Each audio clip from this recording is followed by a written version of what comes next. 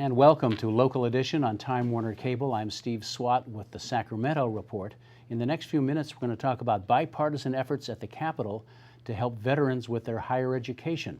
My guest this segment is Sharon Quirk-Silva, a member of the State Assembly from Fullerton. Thanks very much for being with us. Good morning, and thank you for having me. And so this bill regarding veterans is a bipartisan effort. I mean, everybody seems to be voting for it, although it does have a little controversy.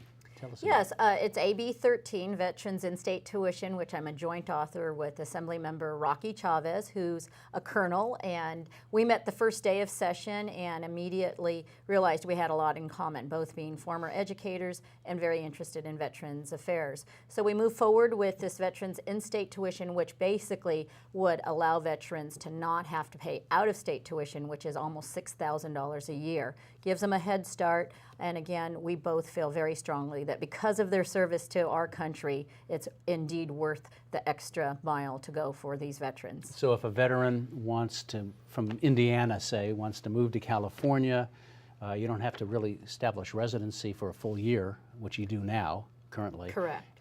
This veteran would automatically qualify for in-state tuition at CSU and UC. Right, and it just gives them that jump start to get moving with their education, which so many of them want to do. They've served our country, whether from Indiana or California. Many of them want to make California their home state. They come, and many of them are shocked and dismayed to realize, now I need to spend an additional $6,000 to start my education. And some even put it off or go off to private universities and find themselves using their disability package very quickly and don't end up with a degree. Under this legislation, though, California would not have a reciprocal arrangement with another state. In other words, these folks would be coming here to get a benefit, and certainly, but then if California veterans go to another state, they wouldn't necessarily get a similar benefit. Not necessarily, but there are other states that do provide this. But the research also shows that many of these veterans who come here stay here, and again are putting back those dollars into our economy, which is exactly what we want to see them get their education and work here in California. I know the University of California has said that this bill would probably cost them $1.5 million.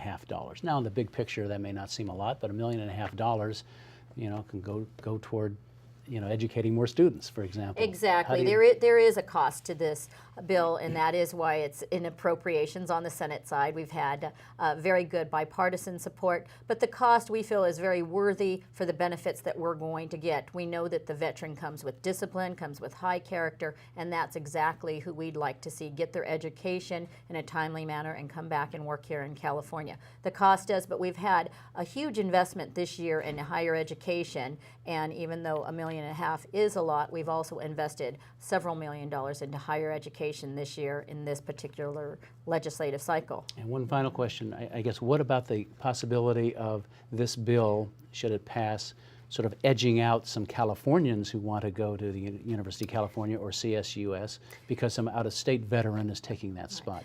That is an issue that's been brought up, and hey, would they go to the front of the line and push down maybe an 18-year-old graduating who's been waiting as well? And we understand that concern, but we also believe that somebody's going to be in front of the line, and those who have served us so courageously and given to our country, we believe that having them in the front of the line is a good place for them. All right. Well, we're out of time for this segment. We should say that this bill has been sailing through the legislature so far. I don't think there have been any no votes, so best of luck moving forward. Thank you so much. And thanks for being with us. Thank you. And thanks to our viewers also for watching Local Edition on Time Warner Cable. I'm Steve Swatt. Have a great day.